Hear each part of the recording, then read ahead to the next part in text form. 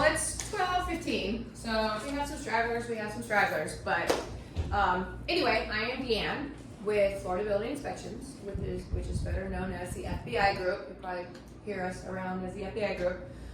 We are a full-service home inspection company. We service 13 counties. We have 13 inspectors. We can pretty much do everything and go almost anywhere. If you open your thing, your little flyer, we also have a partnership with Utility Helpers. But if you're not familiar with Utility Helpers, they are an amazing value add to your clients / customers because they're going to help your clients for free with setting up all of the utilities, water, sewer, trash, phone, anything is a concierge service, and that comes with every single inspection for free. And then we also have on the brochure, we just started an umbrella company called FBI Home Services because once you guys get the inspection report, we would always get the calls, okay, well I need a new water heater, do you guys know an electrician? Or I need a new roof, do you guys know a roofer? So we finally took the initiative and we started our own company to where we have all of our own contractors, we have all of our own handymen, and we can come out and do a bid for you and do all the work. If everybody agrees with the contract, we do all the work. Now the best part about it is you can take, at the end, I will show you how to do it, but on our website, when you get your inspection report, there's a place where you can go in and you can do report tools and you can create your own PDF with pictures of the things that you want to ask for repairs. So then you upload that into FBI Home Services. Within 48 to 72 hours, you get an estimate. So now you have actual numbers to do negotiations because you don't have to guess, well, how much is the water heater? How much is this? How much is that? We'll give you an extra estimate. So now you have numbers. And if everybody agrees and you guys sign the contract, then we come out and we do all the work. We set up the appointment. We handle payment at close. We do everything for you. So it's really, we're trying to be seamless with everything just to help you guys out and just be like a one-stop shop. We also do lead, mold, radon, sewer scope, which is super important. But not really here to sell you on inspections. I would love your support to at least try me once, but my main goal today is your safety. Unfortunately, we just had a tragic incident with an agent in Canada. I'm sure you guys have heard. Her body was found, and that's why, I really am passionate about this. I mean, September is already Realtor Safety Month, and we pump out these classes in September, and then we just had that realtor that was murdered. So very tragic. So I am very passionate. My past life, I was a teacher. So I'm very passionate about coming and teaching you guys all sorts of classes, but this one's very close to my heart. Because I know it's so important and you guys are mainly out there alone, and so I'm here to bring you guys hopefully a couple things for some safety tips. Now I did to give you guys have pen and paper, so I would like for you guys to throughout the presentation, I don't want to be up here just all by myself. Like I want participation, I want you guys, I want this to be interactive, and I want you guys to at least have one aha moment from the end. Once we get to the end, I'm going to ask you guys what your aha moment was, what you think was a good idea that I gave you, and what you think you could implement in your business. That would really help me out, to know that the tips I'm giving you, you guys actually think they're beneficial. So anyway, welcome to safety class. Let's see if I can. Could I ask you something? Yes. You mentioned at the end of the inspection report, you can do, what is it now? You can put the pictures of the things you want? Yes, it's actually at the beginning of the inspection report. So you click on your inspection report through the email link, you bring up your inspection report, and the right-hand side of the corner is going to say Report Tools. You're going to click on that, and it's going to drop down. It's going to say Report. Oh, what does it say? My mind just went blank. Report Tool. It's going to be the second one down. There's only two. The Report Tool. So you're going to click on that, and then it opens up your inspection report with like check marks. You can check. So you go in and everything's colored red, yellow, and green. Obviously your reds are your 4-point items, usually your safety issues. So you can go there and you check it, and then it opens up a box to where you can either put a comment or you can put a number that you want to ask for.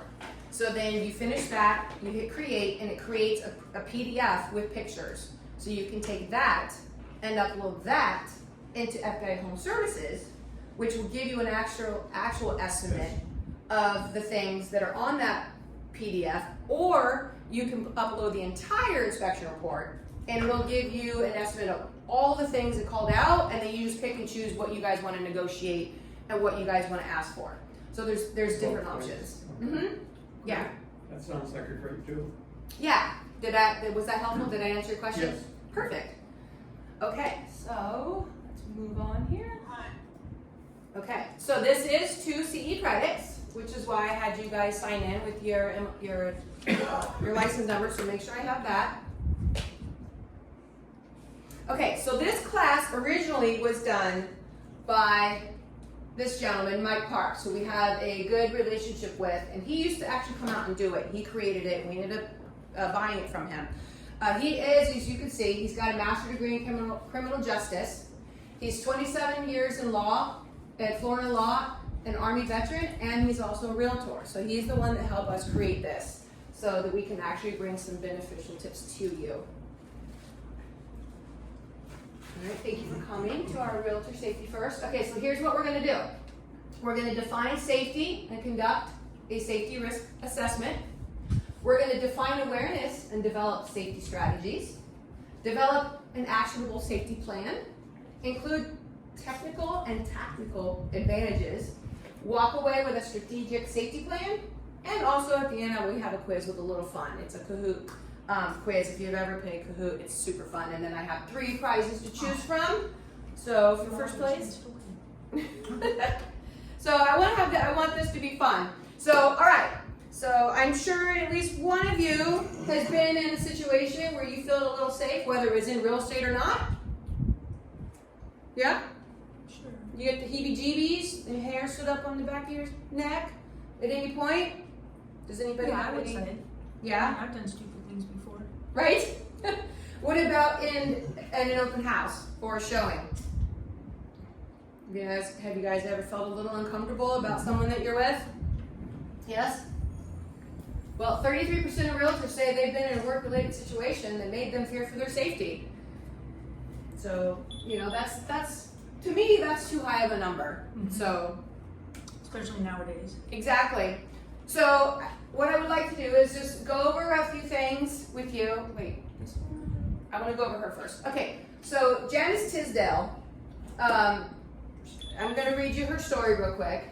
And I want you to kind of pay attention to her story because while we go through the presentation, you're going to learn some mistakes that she made, right? So I want you to kind of maybe, figure those mistakes out. So here is Janice's story. All right, so she had been working with Emilio. She had been out with him 3 times. So he wasn't new. It wasn't just a new random person that she just started going out with, right? For showings. So, did I do the wrong order? Hold on. One second. Okay, yep, I stapled these in the wrong order. Okay, so here's her story. Alright. San Antonio real estate agent Janice Tisdale once found herself in a situation with a client and barely escaped with her life. It was a few days before Christmas in 2010. Tisdale had arrived to meet her client Emilio Maldonado and his banker at a $750,000 house in a remote subdivision. So, mind you, it's not, the price range it's a pretty good price range, right? As soon as I pulled up and everybody got out and we got into the house, I said to him, "Where's your banker?" Because he used to always come with a banker, and this time he did not. He said, "Oh, he couldn't come today." Tisdale said, "Oh, that's weird." And she just got that feeling that something was off. So Tisdale took some precautions in the moments before going into the house, and she removed all her jewelry and opened the doors of the house so she would have an escape route. Even though she had shown him several homes in recent months, she felt uneasy around him. As Tisdale and the client toured the vacant house, Tisdale said her instincts were telling her to run. "The hair on my back was standing up and I just really felt uncomfortable," she said. "And finally, I said, we need to go. So I started out the door and I reached down to pick up the lockbox, and that's when he struck me over the head." Real estate agent Janice Tisdale was showing this home to Ronaldo when he attacked her, and he had pulled out a tire thumper used by long-haul truckers to check tire pressure from his cowboy boot and smacked Tisdale in the head, causing her to fall forward and hit her head on a stone wall. As blood gushed from the back of her head, the 64-year-old grandmother was held hostage for 45 minutes, and she just kept telling him, I need to go to your car. I need to go to your car to get a piece of paper, and all right, you didn't attack me, and my husband will believe me. He calls me such a klutz. Her cleverness paid off, and when they got to the car to receive some paper, Tisdale ran, and Madaldo chased her and grabbed her. My heart sank and just thought, you're dead, Janice, you're dead. In the distance, Tisdale spotted some teenagers driving in a Honda Civic. Here comes those kids in that car, and the window was down, so I screamed, help me, he's trying to kill me. They slammed on their brakes, and the 5 teenagers bounded out of his car. When she was wrestling with Ronaldo, the reason why he said that he attacked her is he needed money. He needed $4,000 for drugs, and he is now currently serving 60 years in prison for aggravated robbery. So here's the instance: is she had already been with him 3 times, showing him homes. So and the banker was there, so she was already comfortable with him. So the point that I'm trying to make is just because you've been with someone several times doesn't mean you need to put your guard down, right? Because apparently he needed drug money, and he figured that she just had that. So she convinced him to go to the car, to get the wallet, to get the money, and that's when she ran. So again, I'm not showing you these examples to scare you. I'm showing you these examples to let you know that it is real and it is a danger that we need to take consideration. So the next one is Beverly Carter. Now Beverly Carter is the one that I'm sure all of you have heard about in the news. She's the big one. Have you guys heard of her? Yes? So yes, so Beverly Carter was targeted by Alan Lewis. He kidnapped her and attacked her at an open house. And when reporters asked Lewis why Carter was targeted, he said, because she's a woman that worked alone and she looked like a rich broker. She was a stranger. So investigators believe that he just saw her as a target opportunity. Remember that word, target opportunity. Without revealing the specific details about the search, they used the phone data, because she had texted her husband where she was, to help find the body, and she was found in a shallow grave about a half hour away from where they had met when she was showing him a home. So he pretended to be a buyer and came in for a showing and then ended up tracking her down. So we're gonna go over several things that you could put in your pocket to help you avoid these kind of situations, because we don't want you in these. And yes, male realtors can be victim, which is why I'm so happy you guys are here today. So Realtor Jim Olson, he was fortunate, he did live. He walked into a home that was supposed to be vacant, and it had, they weren't squatters, but they had done something, you hear these Craigslist things where it's rented when it's not supposed to be, right? So they were paying their rent to somebody, and they were there, and they thought that he was an intruder, and so they attacked him. So the main point I'm trying to make is the home he thought was supposed to be vacant. So just because you are told on the MLS that the home is vacant doesn't necessarily mean that the home is actually vacant. We're going to talk about how, to work around that in a little bit. All right. The cliche is your next commission check, well actually it's called compensation now. Is it more important than your safety or your life? Of course not, right? So it's all about proper mindset. And what is proper mindset? Be aware, not afraid. Because what happens, and we're going to talk about this more in depth too, but what happens when you're afraid? You're going to make mistakes. You're going to make mistakes. Yeah. You might have the deer in the headlights, freeze, right? And when, every second matters, right? So what does aware do for you? Well, informed planning can help you avoid a bad situation, which is prevention, which is the biggest key, prevention, right? Knowledge, avoiding the situation helps you make intelligent situations when you're overwhelmed, and it reduces your surprise and your stress so you can react. All right, so what are the new 2024 real estate safety issues that we're encountering in today's society? What do you think are the biggest concerns right now in society for your safety?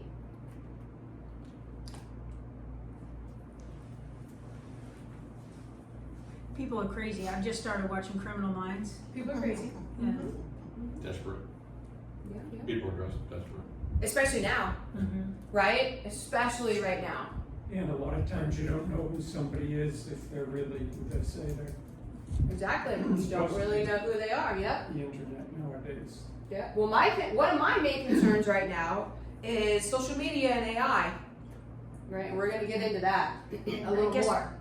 When I say people are crazy, mental health is off the charts Oh, 100%. after everything that we've gone through in the last Yep. few years. So, does your office have a safety policy in place that you guys know about? Anything? Probably do. Huh? They probably do, I've not checked. Yeah. You don't know. All right. Do you use any technology to stay safe? And if so, what do you use? Smartwatch. Smartwatch. And we all have our smartwatches, right? Do you have your location turned on? And do you have somebody that has your location when you go out? You should. Yeah, my husband usually knows where I'm going. Mhm. Yeah. Just make sure somebody else knows where you are. Yeah, you always want somebody to know where you are. Never go And I have- somewhere without telling somebody where you are. Yeah, if I'm meeting somebody that I don't know, of course, this is all gonna change, but It's all gonna change. I'll take a picture of their car, you know, if their car's there Yep. before me with the license plate number. 100%. My husband will call me like 10, 15 minutes later. Yep, and we'll get to that too. Yep. So, do you make any special safety considerations? Depends on the circumstances. Depends on if it's an open house or showing, right? And we're If gonna. I feel uncomfortable, I never close the doors. I leave all the doors open, Mm-hmm. leave the key in the lock. I always leave the key in the lock or I'll lose it anyway. And I just stand back and let somebody else go through. You go ahead and look around. I'm gonna wait here for you. I'm expecting a call. Perfect. Yeah, that is 100%. And we're going to touch on a lot of things you just said too. So this is kind of old school, but back in the day when we didn't have all this internet stuff and we actually had paper, right? And all your files were paper, there was something that was known as red files. So what red files is, and you can come up with your own term that works for you, but what red files means is, let's say you're either at an open house or you're at a showing and you're starting to feel uncomfortable, right? So here's what you can do. You can say that, you're talking with the client and let's say you ask what year the AC is, right? And you're like, I don't know. Let me call my brokerage and find out. So you call and you call your friend, whoever it is you're gonna call, whoever your buddy is. And you say, hey, I'm at 1234 Main Street with blah, blah, blah. And we're wondering if you could grab my red file out of my email box and look up the age of the AC. Okay, now what this does is a couple things, right? It tells your buddy your code word, whatever your code word is. So now they know you're in trouble. Okay? You've given them the address to where you are. And your client he's clueless as to what just happened, right? Because you're just asking for whatever it is you're asking, the year of the roof, the year of the AC. But you've told the other person, code red, and this is where I'm at. And so now, whatever you guys have set up, they call 911, they do whatever. So it's a very discreet way to ask for help without creating an alarming situation. You know, you don't want to tip off whoever's there, correct? So that's what red file means. And you can change it to anything you want. You could say, you know, do you want to go have enchiladas for lunch? Or whatever it is you want to do with your buddy, have something in place, have a plan. So what is fight or flight? So we've heard of the scared stiff, right? The freeze, the overload, or like I said earlier, the deer in the headlights. Because when you are in a situation, do you really know how you are going to react? Do you know if you're going to fight, or do you know if you're going to have that moment of, and then do what you're going to do? Or whatever it is you're going to do? Because in that moment, when you pause, those are the seconds that matter. They really, really do. So you've got to already have it in your head and be aware going into an open house or a showing, knowing to keep your guard up at all times. So there's two types of awareness, right? We've got situational awareness and distraction awareness. So situational awareness is things that are going on around you, right? It's chaos. There's a lot of people in an open house. You got a lot of people coming in. You know, you can only talk to one person at a time. So you got a lot going on. Distraction addiction is, what do we always have in our hands? Our phones. We're always looking at our phones for the most part, right? We're always checking emails. We're always texting. We're on social media. We've always got our face in the phone. So we're distracted. We're not paying attention to the situation around us. And I'm just as guilty. You know, you get busy, or you know, how many of you are in an open house, you take your laptop and you try to get some work done in between clients? You're distracted, right? You're not paying attention. So there's a couple levels of awareness. So green, obviously, is where you want to be, which is typically, hopefully, your home life is safe. Unfortunately, some are not, but let's say that it is, right? So you're safe at home. Then you've got yellow, a familiar area with familiar people. You guys are out with family at Applebee's. You're with everybody that you love. You feel safe in that environment because you're with your family, your friends, right? So now you're in red. You're in a potentially high-risk situation. This, my friends, is your open house and your showings. Okay, you are now in red because you don't know what's going to happen. You don't know who's walking through that door. So now you're in red. So what happens when you're in red? You need to have your guard up, right? Okay, so those are your levels. So what words come to mind when you think about safety? I want to know what safety means to each and every one of you. So for me, safety means feeling confident in my surroundings. Okay, what else do you guys have? Comfortable. Comfortable. Mm-hmm. Yeah, what do you guys have? When you say I want to be safe, what does that mean to you? I want to know that the people that are around me I can trust. Mm-hmm. The area that I'm in, I can trust, and then I can just relax. Relax. Mm-hmm. Okay. And what's your name in the back? I'm sorry. Amber, Amber, what does safety mean to you? well, just not worrying about anything. I mean, Not worrying. Knowing everything is just fine. Yeah, so we got comfortable. And did you have one? At peace with At peace. the overall situation. I like that. Good answers, guys. Alright, so safety is actually freedom from danger, risk, threat of harm, injury, or loss of personal and property, whether caused deliberately or by accident. So we all have a different meaning of safety, and we all have a different perception of it, but it's pretty much the same thing. We want to go where we're going and come home. It's pretty much what it is. Mm-hmm. So is safety the same for everyone? Well, Not necessarily. not necessarily. That's right. Safety is different for everyone because you have general safety and then you have hyper-vigilant safety. So general safety is, again, when let's say you're at home or you're at Applebee's and you feel comfortable, so your guard isn't really up, right? Hyper-vigilant would be more of your, I would say, your military, your police officers, your super sensitive people who are high on alert all the time. Like my boyfriend's ex-Marine, he is so hyper-vigilant. He is always got eyes everywhere. I mean, there's sometimes he'll be like, did you see that? I had no idea, I didn't see anything. He is the hyper-vigilant that he will never have his back to a door. Mm-hmm. When we go to a restaurant, we go to the back of the restaurant because typically if you have a shooting inside a restaurant, it's always, they come in the front. So it's the front people that usually get attacked first. So we go to the back, and typically there's some kind of back exit door. So we're always at the back of the restaurant, right at the exit door.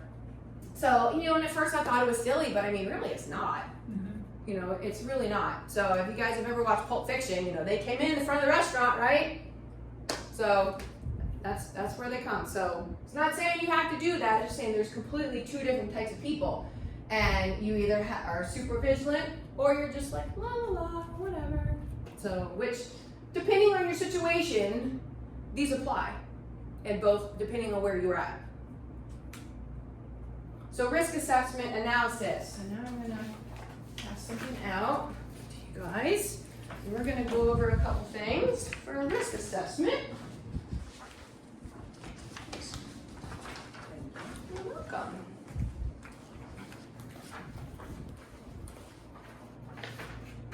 Okay, here we go. All right, so where are your vulnerabilities at?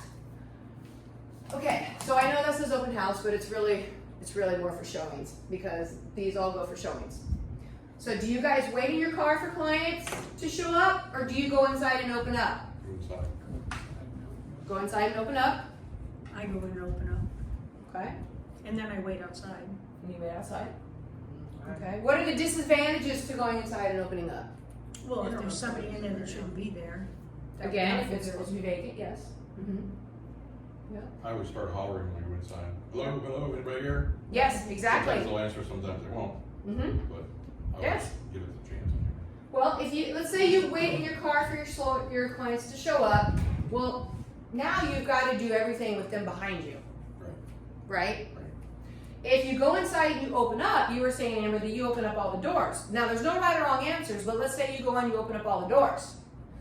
Well, now the back door is open so that somebody can go around and sneak in the back because it's open. No, I don't do that when I first walk in. I do that if I feel uncomfortable.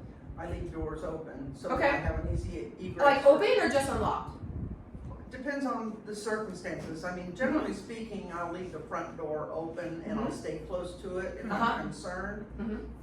I'll unlock other doors, but I don't really go around and open all the doors in the house so much as I just make sure everything looks fine, the lights are all on and stuff like that. Yes. And then the reason I leave the front door open is if I feel uncomfortable. If the front door is open, then I have an easy way to get out. People can hear me, Correct. especially in condos. You know, there's Yeah. no privacy in a condo with the door open. So. Yeah, and condos are usually one way in, one way out. Mhm.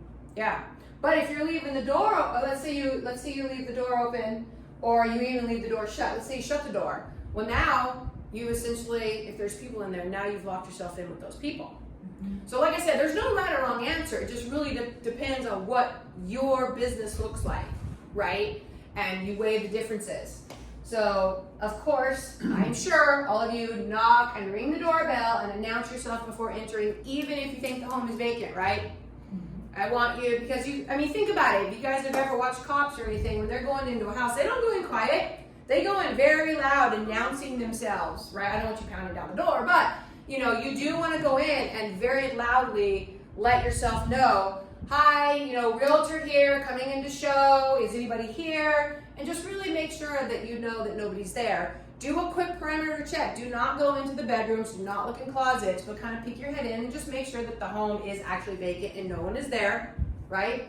And I also recommend, before you even go into the house, I recommend you do an outside perimeter check, right? Especially if no one's supposed to be there, because if you kind of walk around the house, you can kind of get a vibe of what's going on in the outside of the home, and try to look in windows if windows are open, and if you see any movement or if you see any lights, just kind of assess the situation before you walk into the home, right? I know this sounds like a lot, but it really can help.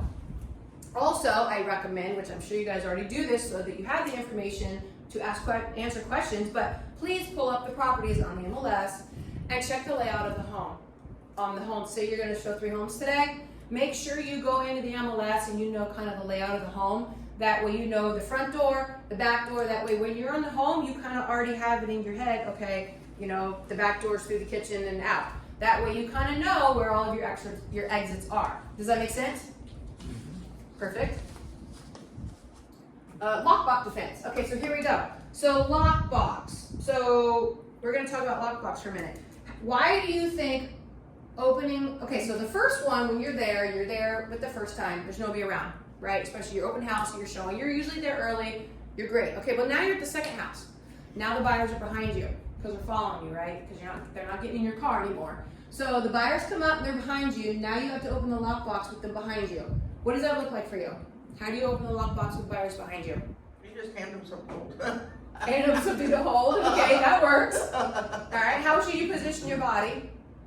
Sideways. Sideways. You guys are great. Yes, sideways, sideways, sideways. Never, never, never, never, never turn your back to them. I know sometimes it's impossible, but really try not to turn your back to people. Again, if you ever watch Cops will never turn their back for the predator. Ever, ever, ever. So yes, and as Amber was saying, once you unlock the door, let them go in first.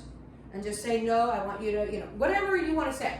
Just stay outside or just step in, but don't follow them around. Just let them be. If it's a 2-story, be really careful about being upstairs, but being stuck upstairs, because that's a prime target for them to catch you upstairs, because typically there's no out when you're upstairs. You're gonna have to jump off the balcony or whatever. Or if you're in a condo that's 30 floors up, there's no way out, just the front door, right? So you need to be a little more diligent when you're showing condos because you really don't have that other exit, correct? All right, so yes, so when you're opening the lockbox, you're definitely going to want to stay to the side and try to have an eyeball on them at all times, yes? I'd like to just point out that almost every condo now has cameras. They do. So if you're going into a condo property, you can just look around and see where the cameras are. Mhm. If they may not be in the unit, they may not be upstairs, but they will definitely record you and whoever else comes into the building. Correct, yeah, and that really just slides right into something that we're gonna talk about, and that is cameras. So one of the things that I highly recommend is going on Amazon and buying a metal sign that says smile, you're on camera. Whether there's cameras or not, they don't know. Get a sign that says smile, you're on camera, put it in the front yard, because we all have an ADT sign or whatever, right? Put it in the front yard so that they see that they're being, tracked. And then also, I know some agents that they've made a cute little sign and they put it next to their sign-in sheet. And you can go on Amazon and you can buy fake cameras and just plug them up. Because typically, if someone's coming in to do you harm and they see cameras, they're gonna be a little less likely to do anything. So it is a huge deterrent. Amazon sells, I think it's a 2-pack, it used to be 15, but it's probably 20 now. 2-pack of cameras, battery operated, it has a little light to blink, so they don't know it's fake. Right? So that's just one more deterrent piece that you want a perpetrator to see that whatever they're gonna do is probably gonna be filmed. And I guarantee you that, well, I can't guarantee, but it's highly likely that it will be a deterrent. Okay, so do we enter homes and buildings alone? Well, most of the time you guys are alone, unfortunately, and that's why safety is such a concern, right? We talked about escape. Do you keep the back door open to escape? We talk about that. Do you lock the back door so no one can sneak in? Windows open, closed. So we kind of went over these. Do you guys have any questions about this or any comments? No? Okay.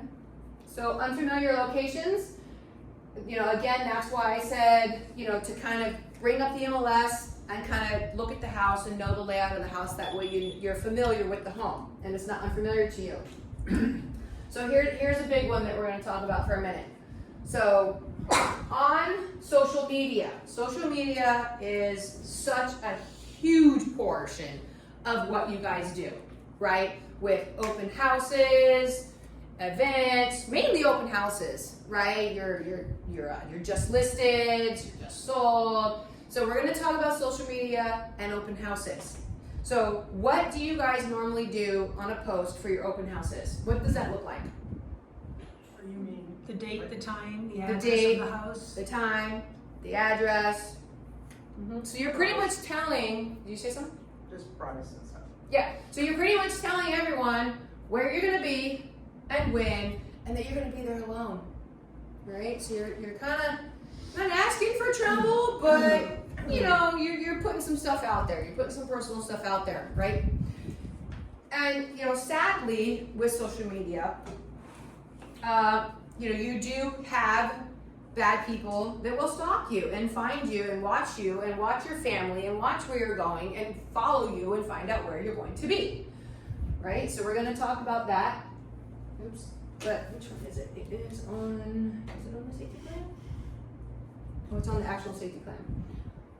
So with social media, what I want you to do, okay, I'm going to hand out the actual safety plan now. I think it's a little early. Well, since we're talking about it, I'm going to go ahead and hand this out now.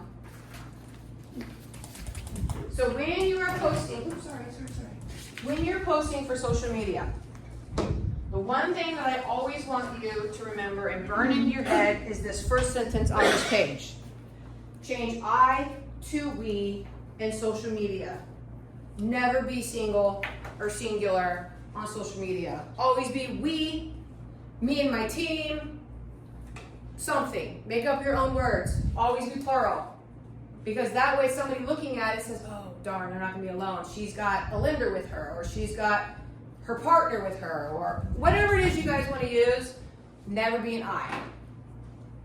Does that make sense? Yep, perfect. Yep. Okay, perfect. All right, moving on. So again, where do you park? This is a big one too. Where do you park in showing an open On house? the driveway. Not in the driveway. Not in the driveway. Why do we not park in the driveway? You don't want to get blocked in. You blocked in, can't get out. Exactly. I mean, you don't want to park too far because you do want to be able to get to your car in case you need to. But you don't want to park in the driveway because, yes, you can be blocked in. Plus, you want the clients to come up and see, their car in the driveway. Mm-hmm. You want them to envision them living there, not you, right? So many reasons not to park in the driveway. What about working late, early, alone when you come into the office? Do you guys come into the office alone? Do you guys have a door code, or is it just anybody can walk in? Door Door code. We don't have But one. that's- everybody has it, Okay. Well, you could have some disgruntled so even ad- an bad- ex-employee couldn't, yeah. That's what I'm saying, a disgruntled agent or something could still have the code. Yeah. I know a lot of companies now, they'll change the code like every, quarter or whatever it is, just to make sure that old agents don't have the code. Like I said, who has a key and is there a door lock? So these are all things to think about, All right, meeting unknown people. What does a criminal look like? What was Ted Bundy described as? Ordinary guy. Ordinary, nice looking gentleman, charisma, right?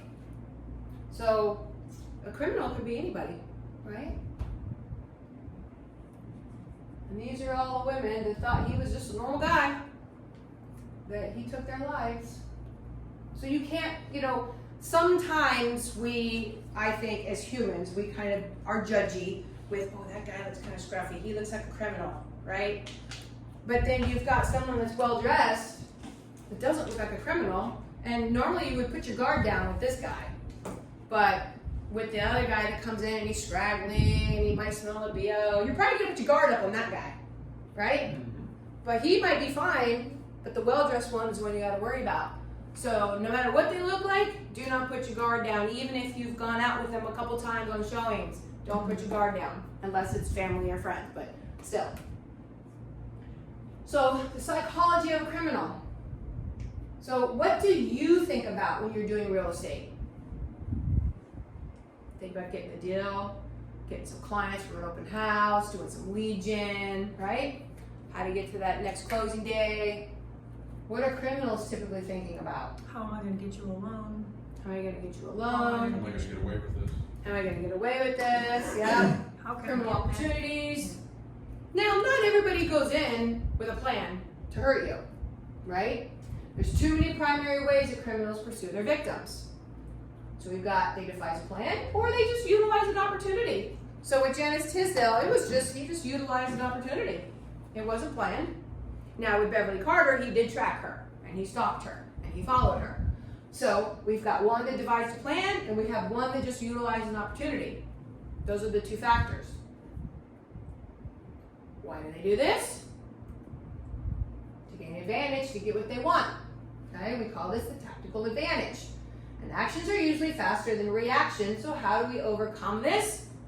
We overcome this by keeping our guards up and being aware of our situation and not being distracted, right?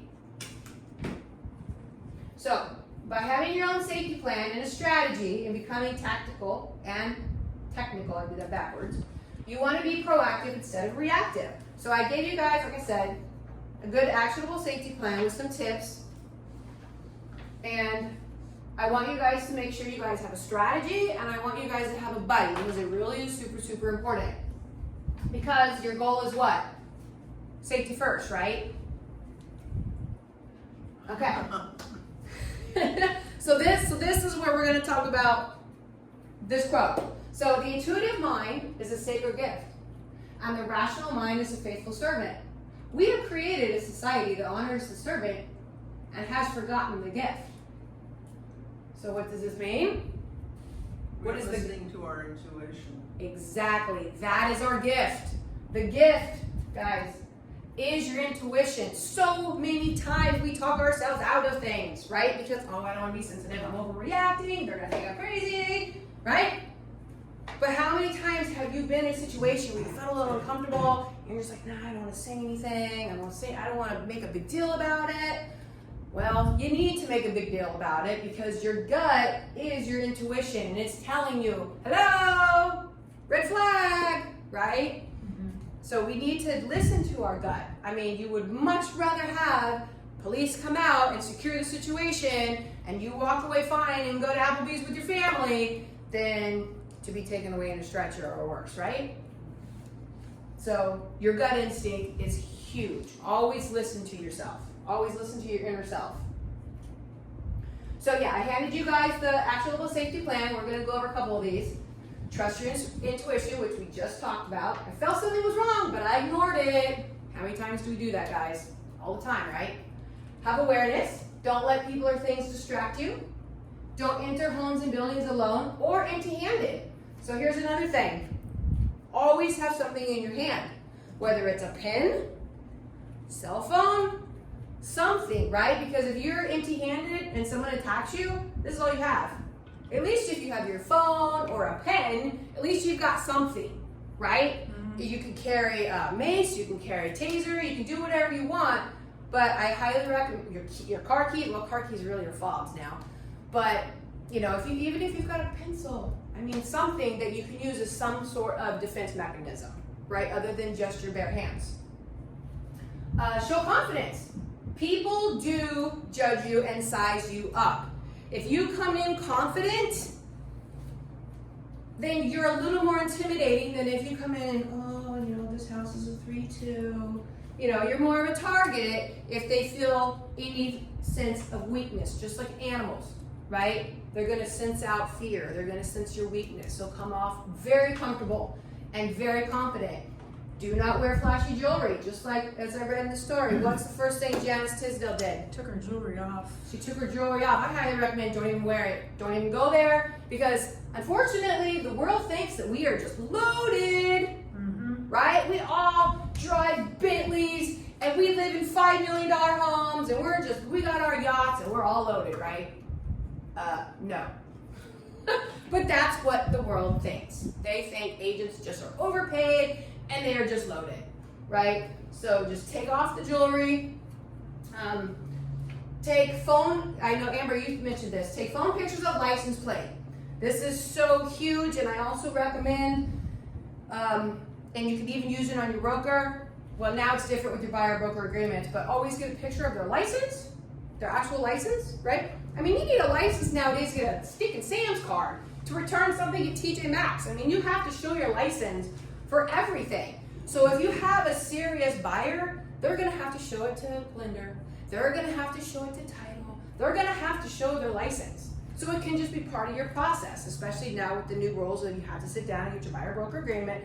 That just make that part of your process. You know, I need identification.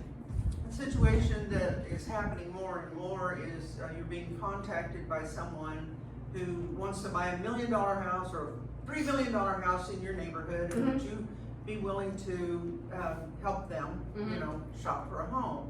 And initially, you know, I was drawn into that thinking, oh, somebody's seen my name, they want to buy a house, and I would respond to them and we would get into a small conversation. But eventually, you found out that they really weren't viable buyers. Correct. The first thing I do now when I get an email like that or a text or whatever, and I will tell you that WhatsApp is the worst for that, you ask them for a picture of their driver's license. You'll never hear from them again. Exactly, because they're not serious. A serious buyer will have no problem. Here you go. And if they don't want to show it to you, you just say, I'm sorry, but this is a policy, I have to do this. That's your red flag. Yeah. Exactly. What were you gonna say? And I would agree with that, except what just happened to me about 2 months ago. I'd been working with some people that had been recommended from California. Okay. Worked for 2 months back and forth and everything, and they're gonna be coming for this short period of time. Well, about 3 days before they were supposed to come, and this was for $1 million house. One house wanted a pre-qual before they'd even let Oh, us the see it. listing agent. Okay. Yeah. And so I told them that, and they got all huffy about it. I said, well, then we just can't see that one house. That's Okay. But that set off a little alarm bell for me. As it should have. So I said, you're gonna be getting here Wednesday. Office policy is I need a copy of your driver's license. And we're gonna need the pre-qual stuff anyway, Yes. because we're in a short time frame and Yeah. everything. Well, they went berserk, okay? Okay. So that made me feel like, okay, my instincts were right. This is Okay. okay. But as it turns out, and as I say, normally I'd say yes, what everybody's talking about. They came, they went with a different agent, and they bought $1 million, because I followed up on Okay. $1 million Wow. house. Well, But I still, I don't, Yeah. I mean, I don't knock myself out because of it, because it felt like something was wrong to me. Mm-hmm. And so all of a sudden I said, I really don't know these people, Yeah. even though we've been communicating for 2 They months. probably came out here, And- walked into the office with somebody and said, I wanna buy $1 million house, and walked out with the same, Yeah. that agent. Yeah, probably Whatever whoever was doing the Florida or driver's whatever, license. yeah. Mm-hmm. Or they went to But- the name, the house with the name, the agent sign in the window. Mhm. Yeah. I mean, you win So some, you now- lose some, and I but, understand So now that, you yeah. can get a buyer's broker agreement. Right, and that's the And first time no matter who they buy with. that had ever happened. Yeah. I've been doing this 41 years, and right after that happened, I thought, and this was just starting with all the brokers, buyers, I thought, Mhm. I'd have nailed them Yep. because I'd have had them. Yeah. You know? well, you know, it's, And again, I don't look back, I always look forward, that's why I'm here for It's all in lessons hindsight. after 41 years, but it just shows you sometimes people are just weird. What was their problem with providing me with a driver's license? At this point, we're gonna be going into $1 million houses. yeah. And I had them all arranged and drive times How did they find you? through someone who really feels upset about how the whole thing ended up being. It wasn't out of the blue. Driver's license. Mm-hmm. Yeah, It's just, it is weird though. It's I mean, you very gotta weird. give it to the lender for your pre-qual. I mean, there's no way around it. uh-huh, So I don't know what, I mean, yeah. that would kind of make me uncomfortable for It sure. made me uncomfortable. All of a sudden, I said to my wife, after the first thing, when they didn't want to show anything to see the one house, one of them they liked, I Mhm. thought, something's wrong here. Something's This wrong. just doesn't feel right. Mhm. Or if, you know, you wanna just not lose it and you don't wanna, whatever, maybe, you know, work with them and have somebody else with you. You know, take a team member, that way at least there's 2 of you there. And, you know, maybe get the vibe from them and then maybe they'll feel, because have they met you yet? No, So maybe they just didn't feel comfortable because they hadn't met you yet. So maybe if you would have went to the house and brought somebody with you, like a colleague or something, and then maybe asked for their license then, and just said, okay, I can show you this one time, but moving forward, you know, my brokerage requires identification. And, you know, I mean, I guess that's one way you could have went about it. But again, you know, you can't cry over spilled milk, but mhm. always better safe than sorry in my book. I mean, Yeah, if you and did again, lose, I you don't look lost, back, but but it did happen, and it was yeah. after 41 years, that's the first. Well, at least you only had one time ever that happened. happened. Yeah, that's And they were wonderful. coming from California, so. Yeah. Exactly, they were coming from California. Yeah. The land of fruits and nuts. Uh-huh. Yeah, oh yeah. And of course, we talked about change social media from I to we. Okay, make sure you guys are doing that, or however you want to word it. I think this one's pretty much obsolete anymore. Don't let strangers into your car. Yeah. Yeah, notify family, friends, and work about your itinerary, text license plate numbers and or ID. Make sure somebody else knows who you're with and where you're at, right? Screen your clients. I mean, I think all of these are going to become more routine now that we have the different, you know, with the whole buyer agreement thing. I think it's actually going to keep you guys safer now. Safety in numbers. Again, you know, you could have brought a work buddy with that one. Make sure you're always working in daylight hours. I mean, it's really hard to show a house at night anyway because you can't really see the house. I know when it becomes fall and it gets dark at 4 o'clock, you know, people work till 5, then you gotta sometimes have to show homes at dusk, but then I highly recommend taking a buddy with you if you can. Or a partner. I mean, I know title and lender will always do, you know, open houses with you or even tag team with a buddy or a showing. I mean, just, you know, keep yourself safe. Never turn your back. We talked about that. Guide prospective clients. Don't lead them. So just be like, yes, go ahead. You know, take a tour of the house. I'm going to be right here if you have any questions. Right? Let's see. Establish physical red flag boundaries. We talked about that. Have like some kind of code name. So when you use a phone call, don't make it obvious, and have some kind of script so that you don't set whoever's off there. That you're warning somebody. Establish your escape routes and park where you're not going to get blocked in. So we're not going to park in the driveway. And I think that idea about the red file or something like that gives me an idea, even with my wife, who's not an agent, Mm-hmm. to have something like that prearranged Yeah, just out and about.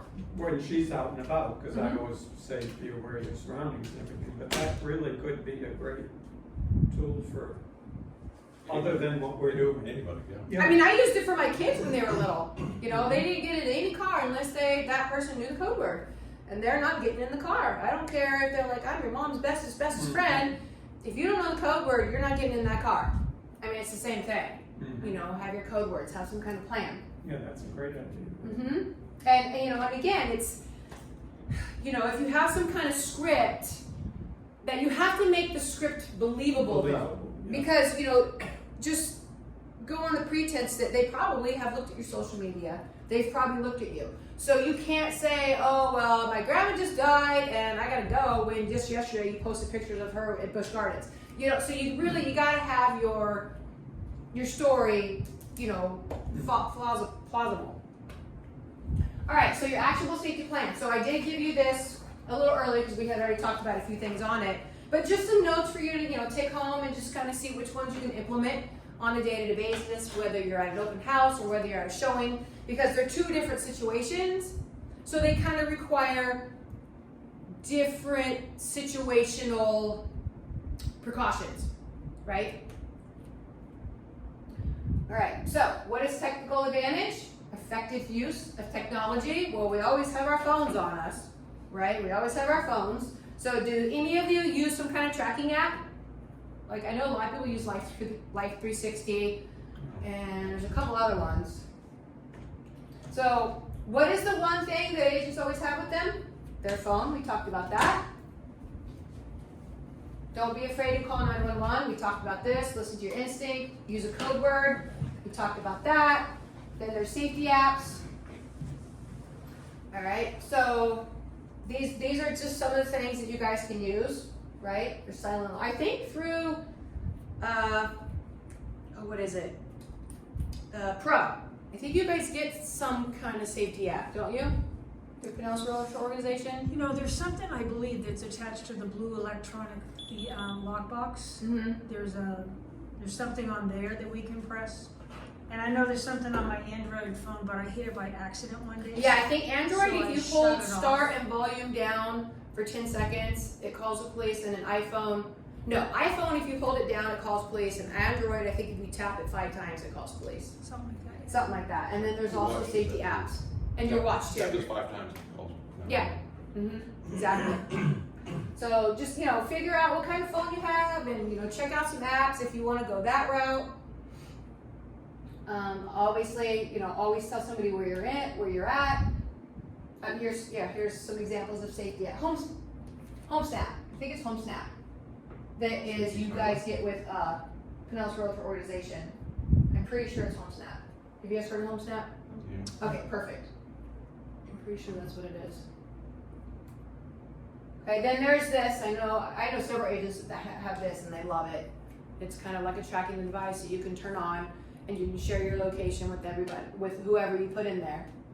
So that's a good. They're kind of expensive, but you know, it's not real flashy, and it's kind of small and it's on you. Because your phone, you know, if you get taken, your phone can be taken from you. You can drop your phone, so you might be taken and not actually have your phone. So now, if you've got your watch, that's great, you know, because you're still being tracked. But you know, something like this could work too. So action plans, yep, phones, apps, calling 911, right? So what can go wrong? Well, nothing provides 100% safety guarantee. Technology relies on the help of others. So what do we do when the situation gets worse? We get tactical. What does this look like? Does anybody remember the movie Amityville Horrorville? Do you guys remember that? Yeah. What did the house tell the people? Get out, right? The house told them to get out, which is what I want you to use as your intuition. I know we talked about it, but it's a huge part of it, right? Have your scripts. You're not feeling well, you're sick, you get an emergency text. Use nanny cams. Like I said, you can put your own cameras up, put a smile, you're on camera, draw attention, scream, break, panic, put your car alarm on your panic mode. There's many different things you guys can do to draw attention to yourselves.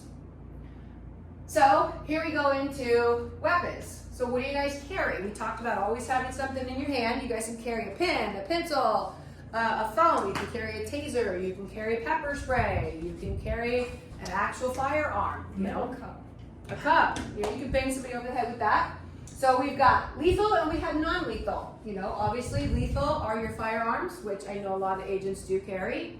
Or you've got your non-lethal, which are your tasers and your pepper sprays, which I actually do have some for purchase if you guys want when we're done. But again, your lethal, you have to, you know, make sure you do your own research on the laws, because I'm not an attorney. But lethal is gun, knife, etc. And here's your non-lethal, like I said, stun, taser, pepper spray, strikers, alarms, you know, flashlights. What's a Kubotan? I'm sorry? What's a Kubotan? Kubotan? Wasn't that pole? I think it's Yeah. this. I'm not really sure what it is. Okay. Security cameras, big, we talked about that, right? So, is pepper spray legal to carry without a permit? Last time I checked it is, but just check with, you know, do your own research, so you know. Here without a permit. Yep, tasers, you don't need a permit, typically. Like I said, I'm not an attorney, so do your own research. Talked about that. Okay, so what do you do when the beep hits the fan and you're in a situation? You're gonna use your technical advantage, and you're gonna fight. So weak areas are eyes, temples, fingers, ears, hair, throat, groin, hands, feet, nose, and shin. So when Mike Parks created this, and I've sat in a couple of ones that he actually presented, from being a cop for 27 years, he actually said the groin area when you're being attacked is actually not the easiest target, because if someone comes behind you and you're like this, you're like, you really don't have room to kick them in the groin, right? So he actually said the eyes and the fingers are one of the first places that he recommends. Poke the eyes, grab the finger, and go sideways and just break their fingers. Just do whatever you gotta do to get away, right? So you can pull their ears. I mean, what happens if you pull somebody's ear? They're gonna, or their hair, you're gonna go wherever that's being pulled, right? So just do whatever you gotta do. Yell, scream, kick, bite, whatever you gotta do. Because victory is always possible for the person who refuses to stop fighting. So the second you stop fighting is the second that you're giving them those seconds, right? Because every second matters. Just like when you're bending down, Mike Parks was telling us that, thanks for coming. Mike Parks was telling, he did an interview with some muggers and asked them, you know, what is their approach? You know, and how do they normally do it? And he said most of them would tell him that the first thing they would do when they're getting ready to mug someone is they would come up to you and they would ask you for the time. Do you have the time? What's the first thing you do? Look down. You look down. And that's their second that they need to whack. Right? So again, just it's all about knowing your surroundings and not taking your eyes off of the situation, because you look down for that 2 seconds, that's all they need to whack you upside the head. Sadly. But that's what, you know, that's the way it is, right? Okay, so now we're at the Kahoot quiz. Is there any questions about anything that I've talked about? What questions do you have for me? Or comments? I love comments. Well, I think one of the things that definitely, I mean, is this the end of the class? Just about. Okay, one of the things you can definitely add to this class, in my opinion, Mm-hmm. are just 2 or 3 points that you can use. I've learned those things from different classes that I've taken about, like you say, sensitive areas. Like when I was in my early 20s, I worked in a bank, and I was an authorization clerk for like Bank of America, and they would call in and they would get authorizations for charges, and I had to leave and go into a dark parking garage every night. And one of the things I learned then was you just take a news or a magazine and roll it up. Something in your hand. And if somebody comes at you, if you hit them in the throat, there's just nothing they can do. They have to stop. They have to breathe. But just some simple things like that, like you were talking about the shin. If someone has you, you take your heel and you run it down their shin with your shoe. Yeah. Those types of Or your things. heel, if you wear heels. Right. Those types of things are always going to give you a couple of seconds Couple seconds. to react. And I think that would be a good addition to this class. not trying to teach anybody to be jujitsu, Yeah. you know, Mhm. or some kind of karate, but some very simple things like that. Like you said, pulling the finger is a real big one right there. Yeah, To start and the off with. finger. Yeah, the throat's a good one too. That was on there. The throat. Mm-hmm. Yeah, so that's my only suggestion, really. Mm-hmm. I mean, just really anything you can, get them with. And that's why I always suggested never going in empty-handed. Newspaper's great. I mean, heck, John Wick killed people with a pencil, for crying out loud, right? So, I mean, anything you have that becomes something of self-defense. So let me get to, we're gonna do a really cool quiz, and this does require your phone. What? Uh-oh. Okay, hold on. Let me get to. Your phone a friend? Yeah, right. Okay, where is it?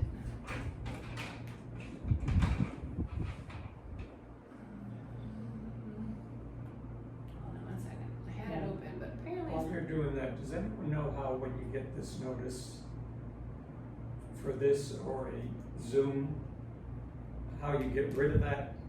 Because it keeps telling me like every 10 minutes, it's telling me. Grab about that this. X and move the X out. Stop for a second. I figured it was something simple. Yeah, that's the thing, it's too The simple. Zooms, it It was keeps- just too simple. Yeah, the Zooms, it kept, I keep hitting the X, nothing happened. Yeah, anytime you get an X, it's in the center, just grab it and drag it off. Thank you, sir. okay. So it should. It's not. Okay, why is this not coming up on the screen? It should be showing my screen, but it's not. It's showing the old screen. Maybe I need to go out of presentation mode. Give me 1 second.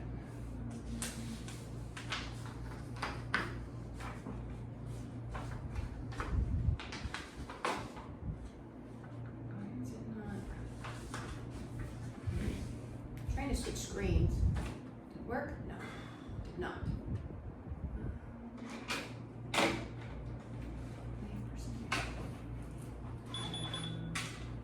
That must be like the front door opening, huh? It must be. I don't know why it won't switch to Kahoot. I don't know why it won't switch. Because it's showing you that.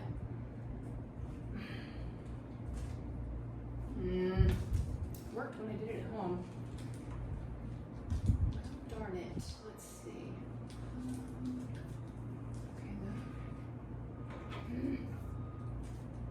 I'm not good with computers. Because it says waiting for players.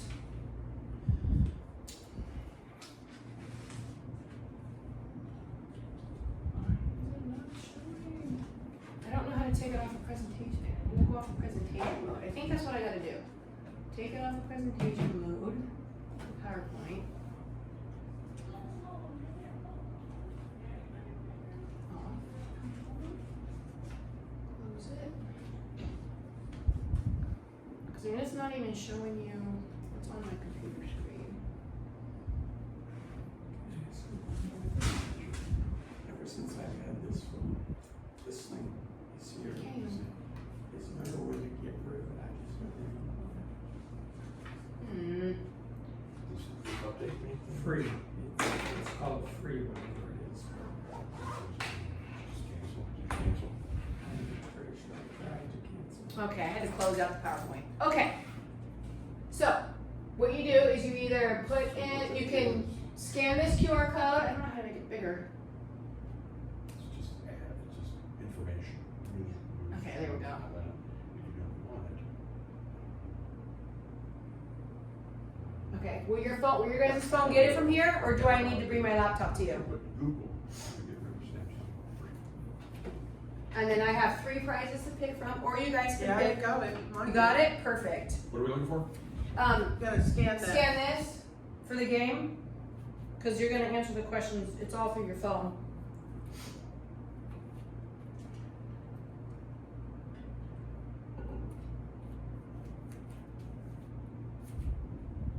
Got it. I don't think I'll. Nickname?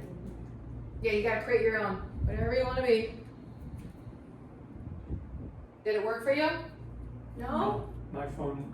It just doesn't do I have that? to either put something in that I haven't. You need a QR code reader. Yes, the QR code reader. You probably don't have that Where downloaded do I yet. get? From Google Play Store. Okay. You need it for a lot of things. We get it. After you see your name on the screen, then what do you do? Cause I'm not getting anything else. Did you hit enter? Yep, there's Doug and Amber. Oh, okay. Hang on a second. I had it really big so that it would. Okay, you need to log in to your Samsung accounts. Go ahead without me because this will be, Okay, wait a minute. I'll need to do.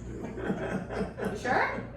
Yeah, Okay. because I don't even know the login for that Okay. offhand, so. All right, so here we have, like I said, I have some tasers and I have some pepper spray for purchase, or you can pick one as a prize. We have this very cool sign, sold. We said yes to the address. You can pick welcome, look around and ask questions, see yourself living here, follow up, make an offer. Or we have this really cool card holder, super cute. How cute is that, right? So winner gets to pick what they want. And like I said, I have some tasers and some pepper sprays there if you want to go that route What too. about that cool bag over there? Oh, my laptop bag? I mean, if you really want it. Okay, here we go. So the questions are gonna come up here. You're gonna answer on your phone. Okay, you're gonna have four things on your phone from the question. Okay, you ready? Here we go. What percentage of realtors have claimed to have a work-related incident that made them fearful for their life? Where do we answer now? Right there, got it.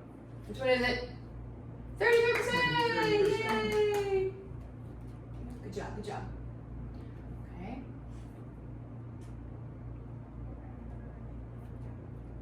All right, that was quicker. Okay, they're all multiple choice. Who is the best known agent who was a victim of a deadly attack? I don't know. No. Carter.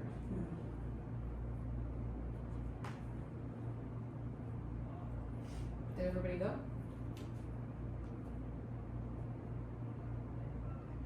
Did you both go? I went. You went, okay.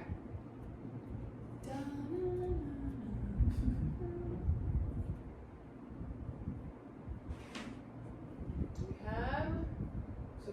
Did you go, Amber? Yeah, I got it wrong. Oh, okay. So the answer is Beverly Carter. Woo! Alright, she was the one that just like made national news. Yeah. True or false? Male realtors have nothing to fear. False. Very good. Ooh, Doug's on fire. The day is young. You go. Right. You go now. A common code word in the real estate industry that alerts something is wrong. Pickles, red file, rover, or green file? Red file, good It's job. a pickle. Yeah. Pickle Rick. Pickle, right? Pickle Rick. I had one of those for my Christmas tree. A bunch of people don't know who that is. My daughter wanted it. Yeah. Our digital world has created this. Situational awareness, distraction addiction, disruption awareness, and prevention awareness. Ooh, you guys are quick. Woo! Walter Cannon discovered this. Roll over and die, run and hide, animal instinct, or fight or flight. Job.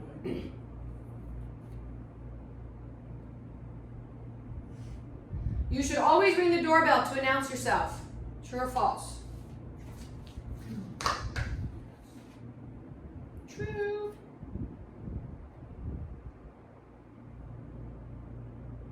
Oh, you're gaining on him, Amber. All right, halfway through. We should change I to we or team when doing this. Instagram, TikTok, Facebook, all the above. All the above. Bing, ding, ding, ding, ding. All right, next question. What are 2 ways criminals pursue their victims? Race and religion, flashy jewelry, gender and physical characters, or plan and opportunity? Plan and opportunity. Yay, you guys are paying attention. What did the house at Amityville Horror say? No? Get out! Oh, I said run. Get out! Run, Forrest, Escape! Run, Forrest, run! Right. Your instinct should tell you to run in that situation for sure. You should always take a photo of the client, driver's license, the house, or yourself. Driver's license. I think I accidentally hit the wrong button. You should always work alone. True or false? If anyone gets that one wrong, your class is I really know. in trouble. Please don't get that one wrong. You should never. Well, I know sometimes you have to, but sadly we have to work alone sometimes, right? No, I used to always work at night. All right, double points. What is the name of the company who presented the safety class? Female body inspectors, Fabulous Blonde and Nighters, the FBI group, or forget about it. Forget about it. FBI group. Woohoo! All right, I think this is the last question, and the answer's gonna be wrong because we haven't updated it to me. So the answer is gonna be Dusty because she is your presenter today I'm Deanne, but the answer on this one is Dusty. Because this is her Kahoot. She's my boss. All right, so we got Amber in second, and Doug in first place. Woohoo, Doug! Yay! Good job. So yeah, you get to pick. Like I said, I have tasers, I have pepper sprays, or you can pick one of those. I'll put some stuff on the table for you. If you guys want to go through them, purchase them. They're $20 a piece. We're not trying to make a profit. We pay $20. I just want to make sure that you guys have them available if you guys want something. So what is your aha moments? Remember I told you to at least write one thing down? All right, Amber, what's your aha? Oh.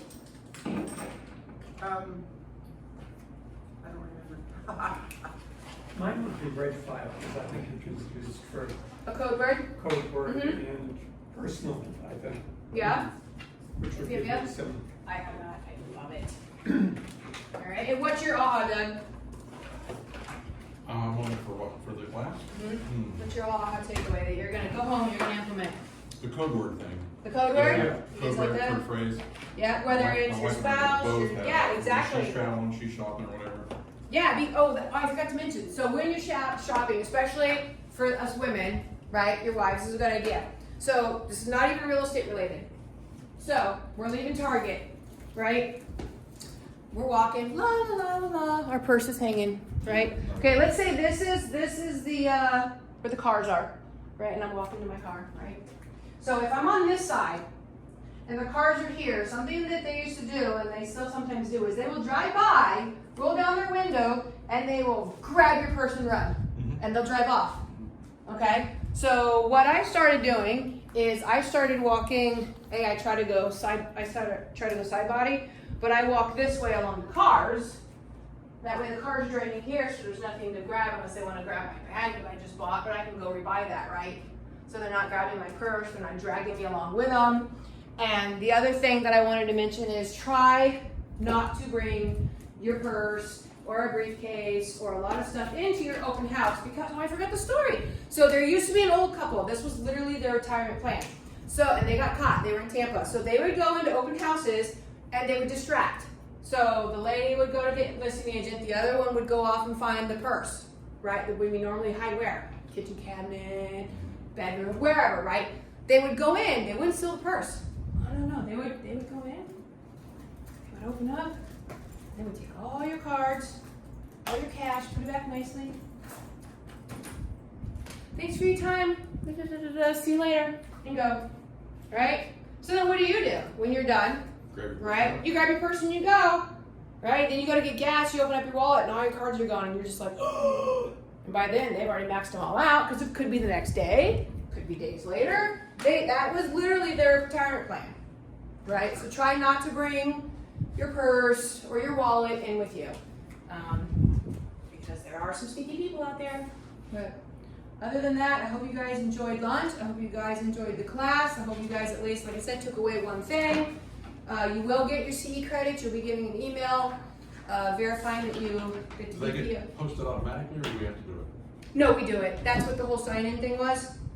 It automatically goes over to DPVR. It takes, depending on how busy they are, it can take a couple days for it to show up in your DPVR file. Is there anything else I need to put on there? Cause I had to add my name.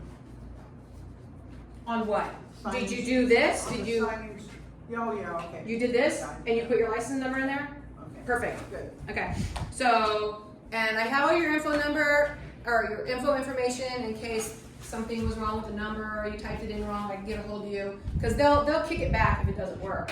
Because I've had to reach out to a couple agents because they had a wrong letter or number or something. Yeah. Well, like I said, I'm here to support you guys. I just ask that you please support me. You know, maybe give me a try one time on an inspection. I'm not looking for all of it, but just once. You know, just give us a shot out. Question for you, do you do any type, I just had a problem a few months back, because I have an investor who, it was a property that needed a lot of work. The investor knew the property needed a lot of work. Mm-hmm. They really just wanted an inspection of the real big picture, not that this window doesn't work. Yes, we have the FBI Quick Look, and it's $250, and a lot of agents will use it for a pre-listing, and a lot of agents will use it for inspectors, and they'll just, sometimes they'll just do it for their buyer, but we do have it. It's called the FBI Quick Look, and it literally just goes over the main things that a normal 4-point would cover, but it goes a little deeper and goes into structure and foundation, because that's really all a That's flipper really- needs to know. They don't need to know that the ice maker doesn't work, because they're probably gonna Exactly. they don't need to Yeah. know that the fan wobbles, like they don't need to know all that. So it's really good for pre-listing inspection too, because you know, we're gonna come in and, you know, check the water heater in the roof, which, you know, the roof is right now a lot of times the biggest thing that's gonna kill your deal. Water heater, AC, electrical and roof are your big ones. Mhm. That are gonna hold up your deal if possible, because if it doesn't clear the 4-point, then they can't bind insurance. So it's called the FBI Quick Look. It's $250. Yep. Now I don't recommend that for buyers Right. because it's literally like a horse with blinders. Like the house could Right. be But that's cracked and what I falling mean. down, and there's no, you know what I mean? That's not what Yeah. we're there for. So yes, we do have that. That's exactly what I needed, and it was difficult to, in fact, we didn't get what we really wanted, which would have been that. Yeah. Well, it's a Because little they're more than a paying for 4-point things that you're throwing away the refrigerator, you're throwing away the stove. most of the time. Fans, you know, all this stuff that was gonna be gone anyway, you Mhm. care less about. Yeah. We wanted that, actually, so. Perfect. Yep. Great. But that's what we have. So we Great. try to think of everything, and if there's something that, you know, if you start using us and you find that, hey, we're missing this, let me know, and we can implement it. You know, Mhm. that's how we came up with the FBI Quick Look, because we had investors all the time, and you know, they were asking, I wish I had something like that, so Mhm. we created it. Great. So awesome. Well, thank you guys. I appreciate Thank you you. so much for coming out, and we got done a little early. Yay! Which class? Yeah. I was gonna say, this is not very good yet, but Yeah. When it's a bigger class, it takes a little longer because I do like to be interactive. I don't want to just up here lecturing at you guys. So, very cool. Awesome. Thank you guys. Thank you. Mhm.